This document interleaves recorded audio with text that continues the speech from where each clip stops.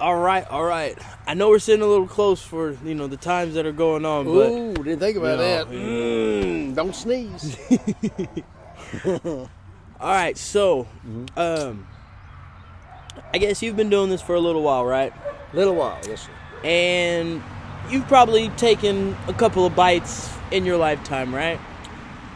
Probably a couple, yes, sir. And there's sometimes when you wear, a shorter sleeved shirt that some people, they make glimpses and maybe stare a little bit in certain regions of your arm. Oh, my arm. Okay, shucks. Yeah. Right. And so there's a pretty interesting, what would you call it? Missing skin in this area there. And there's probably a very interesting, educational, exciting story that goes behind on how you got that impressive scar. Yeah. Well, there might be. It's. Of course, we named the podcast "Guard Dogs and Good Dogs," and that's because we have my background with the guard dog business, and of course now I'm working for the public, and we make good dogs, right? So a lot of people, Stan in particular, is always asking me questions about guard dogs. So I guess that's how this came about, huh? Okay. So yes, I've got some. So let me background one thing here. There's a lot of things in the guard dog industry that are unique. You don't see in the public, things we don't talk about, things we don't say. But there's some good things that more people need to learn from what we learned. Because remember, this was a test ground. This is a petri dish of real life. You can put bacteria on a petri dish and learn a lot about watching bacteria run around. You can put punks in the yard with a guard dog and watch them maul them, and you can learn a lot about what a dog's supposed to do in several situations and what would be practical training. Exactly. So one thing that we did in the guard dog business was we graded severity of bites. Okay. Because everybody, and you answer the phone here, we get at least one phone call a week for somebody concerned that their dog just bit their child, right? Yeah. And their dog happens to be a 140-pound Great Dane, and it's a 3-year-old kid, but it's not bleeding. Yeah. So, what if you grade the levels of injury, you have a better idea of what caused it, if it's an aggressive dog, whatever. So, here's our levels. You have a warning. This is when a dog will just reach out and pop somebody. That means, hey, you're doing something that's upsetting me, maybe scaring me. Shouldn't be doing that. Warning may leave a red spot, but that's it. Not gonna break skin. Okay. Then you're gonna have a correction. A correction means you kept doing it after I warned you, and they're gonna go pop, and typically they'll catch you with their canines. So you can have broken skin, and you'll have like clean punctures, 1, 2. So would you call these still bites? No, we call them a warning and a correction. Okay. Then you have the actual bite. A bite is something that goes, a dog bite is through the skin into muscle or soft tissue. Okay. And it won't necessarily bleed. There's reasons for that. One of these days we'll do an anatomy of a dog bite. If you think, I'll tell you why. Dog bites don't really bleed that much. People don't realize that, even though they look like they've been mauled. So you have a warning, you have a warning, you have a correction, you have a bite, and then you have what some people term the oh shit. And those would be called tendons? Yeah, those are tendons. This is I had a part-time job at a biology class for a long time, showing students how body parts work under the skin. And you just stitched that back up, and you were good? No. See, for dog bites get stitches. Dog bites get stitches. Yeah. Okay. Oh shits get skin grafts, reconnective operations, and things of that nature. So if you were bitten by a dog, you're gonna know you got bit. You're not gonna be wondering. No. If you were. You will know. There will be no doubt in your mind. I just got bit and it hurt like the dickens, and it may not bleed much, But you don't care because you're going to be crying. You know? So you didn't think about picking the dog up and slamming him? No. That's for the protection dog trainers to do. Okay. Yes. So. All right. Well, so since we got the severity of the different bites, I guess now let's kind of hear the story on how you got this bite, and it's like an Aesop fable. You can say the moral of the story at the end. I think people will get a good one out of that as well. Okay, well, let me for the few people that were in our fan club back when I had the guard dog business, let me introduce the characters. There was myself. There was a brand new driver, and what we did, so you'll notice, one of the things we did in the guard, we went around to different places and we put dogs in businesses that spent the night there. Where are you at again? We're in El Paso, Texas. Okay, and that's also, close to Mexico, right? Also in Juarez, Mexico. Yeah, we did business in Juarez, Mexico. We did a little bit in New Mexico. This particular incident occurred in El Paso at a storage facility, and I had a new driver, and I was going with him to make sure because we drop the dog off at night, 6, 7, 8, 9 o'clock, whenever the business closes. And you have to be there in the morning before they open and get the dog out, otherwise they can't open their own business, which tends to upset people. Yeah, bad for business. Yeah, bad for business. So, so I had a new driver. He was actually a military dog handler, he said. And he could. He said, right? Yeah. And he could handle all these big, tough dogs, right? So I'm riding with him to make sure, and we pull up to this self-storage unit, and I had a dog in there, a Rottweiler named Ben. Ben was pretty salty. How big was Ben? Ben was about a 90-pounder, 85, 90-pounder. And how long has he been a guard dog for you? I'd probably had Ben for about a year and a half, 2 years. And he was one of your higher... Nobody ever lost any property.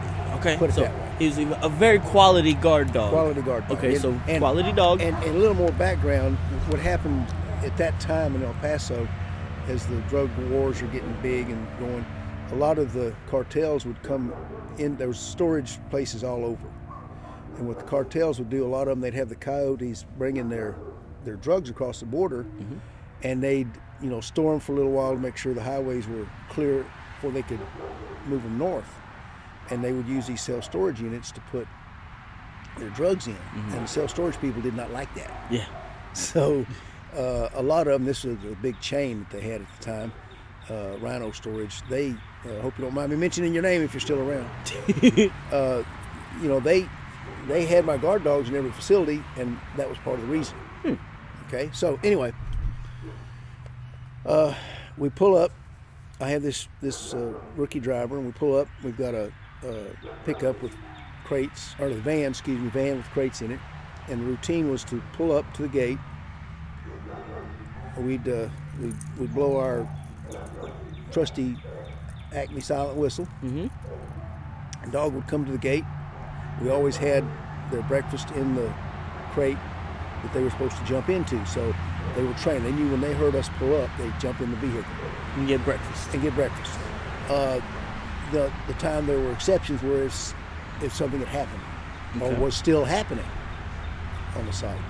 So this particular morning we pull up, and James is driving, and I pull up, and old Ben don't come to the gate. And this is a big 8-foot wrought iron fencing around this place. And Ben doesn't show up, and then I open the gate, and I whistle, and Ben comes around a corner, and he runs towards me. He wags his tail, and he turns and runs back a few feet, right? And we've got a really cranky customer I got to get to next, and we're now running behind.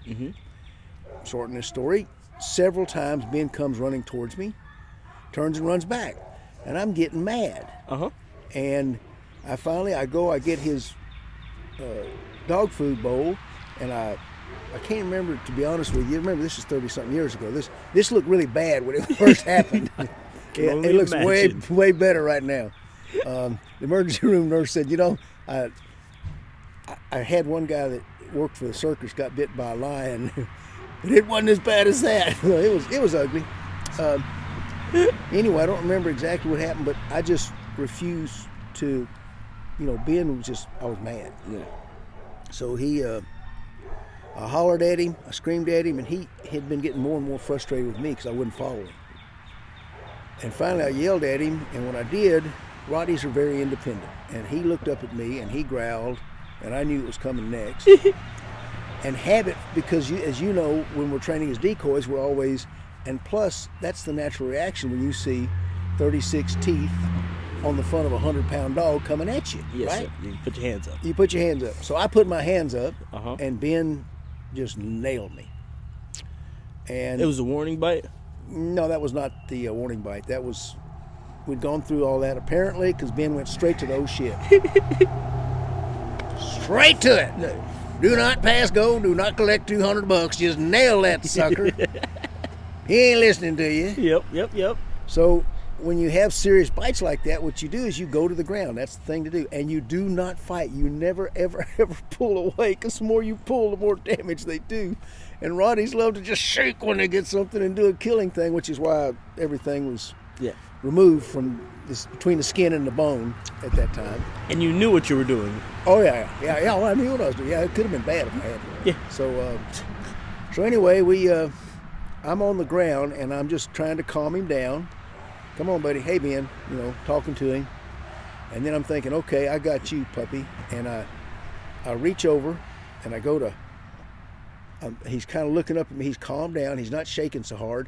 He's just biting hard. And I just say, okay, I'm going to grab his collar and choke this sucker out. And I may not quit choking. I reach up, and he turns loose, and wham, he grabs this arm. And about that time, I coined the phrase, oh shit. So not one, but two. Got them both. Okay. There's a whole other story about that too, after we came out of the operating room. And so after you were bitten on the first arm, he bit your second arm. Mm-hmm. Then you went to use your other arm again, right? Because Yeah, but the fingers didn't work. Because unbeknownst to me, there were the tendons that make these things happen. And about that time, here's the punchline. About that time, I'm sitting. First off, my brave military canine handler. I look up and I'm hollering, James, because we had a control pole. He could have come and snagged this sucker, right? Yeah. He's gone from standing at the gate waiting for me to come out to in the van with the door closed. What the hell are you doing? Because the gate was open. He's afraid the dog was going to run out. So backup's not coming for you. Backup ain't coming. Okay. We own our own, baby. And how long has it been since first bite to the second bite? It's 12, 14 hours. I don't know. You lost track of time, right? Yeah, it was like, clunk, clunk, So then all of a sudden, I hear this noise behind me. And I'm trying to talk to Ben. I'm trying to calm him down because he's way calmer. He's not shaking. He's just biting hard. So that's a good sign. Okay. That's a good thing. Good thing. And then I hear this huge metallic clang, clang. And I look over my shoulder, and Ben had kept running back to this great big old trash bin and dumpster. Yep. And it was the big ones. And when I look back over my shoulder, I see this guy climbing out of the bin. One door was up and the other was down, and he climbs out of here onto this, and then he gets, and this garbage bin was right next to the fence, so you could just jump on it and jump over, which was a security issue I discussed later with the storage people. Being the professional that I am, it was concerning me. And this guy looks over it.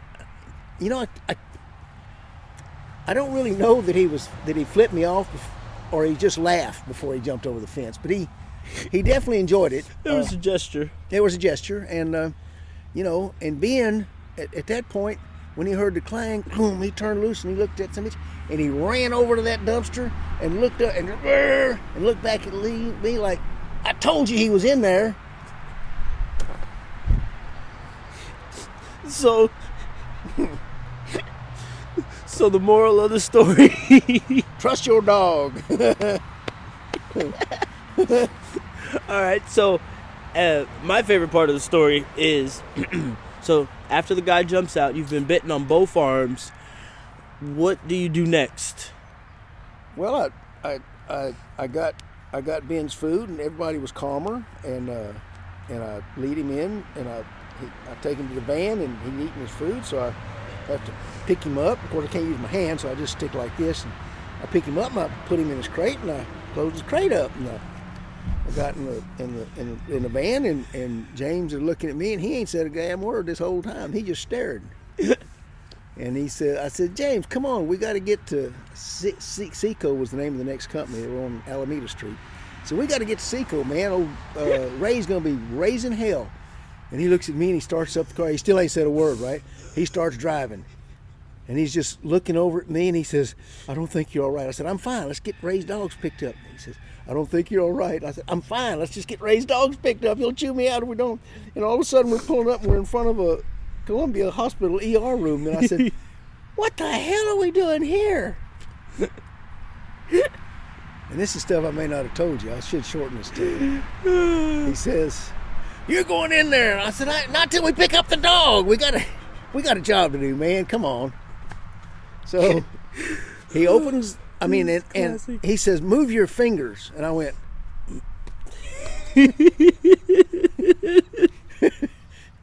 he says, no, move your fingers. And I went, oh, the other hand. So he opens the door. We walk in. I don't think I ever told you this part. We get in there, and it was a Saturday morning. Uh-huh. They take one look at it. They say, can you fill out this chart thingy, whatever? And I reached over like this, and the girl looked up at me, and she goes, oh, my God. We need a stretcher. So they zoom me back there, and I'm sitting here, and they keep putting gauze on my arms, and they keep soaking up the blood. Then they come back and put some more around there, and then there's this guy nurse, a nice guy, and he said, I'm sorry. He said, I'm trying to get the doctor here so we can give you some pain medicine and sedatives. Have I ever told you this part? Oh, Yep. Yeah. So okay, sounds good to me. And a little bit later, time goes by, and he says, "We're changing." I said, "Is there actually a doctor here?" He said, "Well, we have the doctor. It's the ER doctor, but he had a golf game this morning, and we're trying to get him on the greens." Okay. And he says, not making this up, does it hurt? And I can get you an aspirin without the doctor's permission. Over the counter. Oh yeah, over the counter. So that's how, that's what I call my resume. There's people say, well, I won the title of the world's skinniest fast dog in 1947. And I got the world championship, and I go, yeah, well, I got this. You think dogs know how to bite? Let me tell you how dogs know how to bite. So, of course, go ahead. I've run my mouth enough. That's hilarious. So I guess we can go into a public service announcement on dog safety. So what is the proper thing to do if you are being bit, if you do encounter a dog that you do think you're going to get bit? I think people they don't know. Right. Never make eye contact.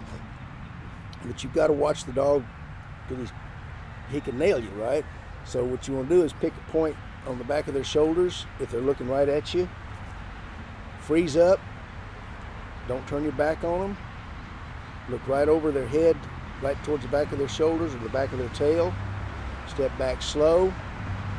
You might even take your eyes completely off of them for a few seconds. If you see them as you back up, they should approach. Dogs are unlikely. Remember, that was a trained guard dog. Yes, sir.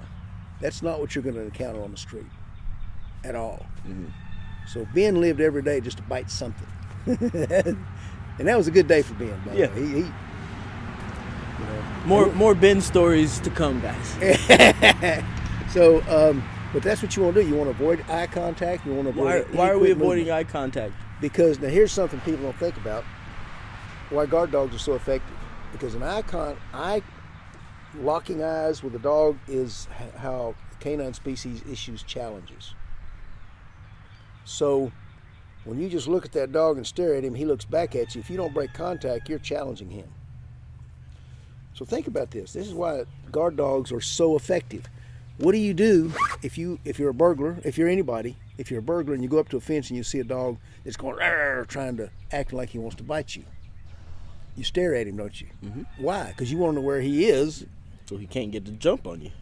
So when you stare at him, he goes, "Oh yeah, you're challenging me? I can take some of you." So our instincts, our natural first impulse, not instinct, impulse, to watch that potentially threatening dog is just what's needed to that dog off. Yeah.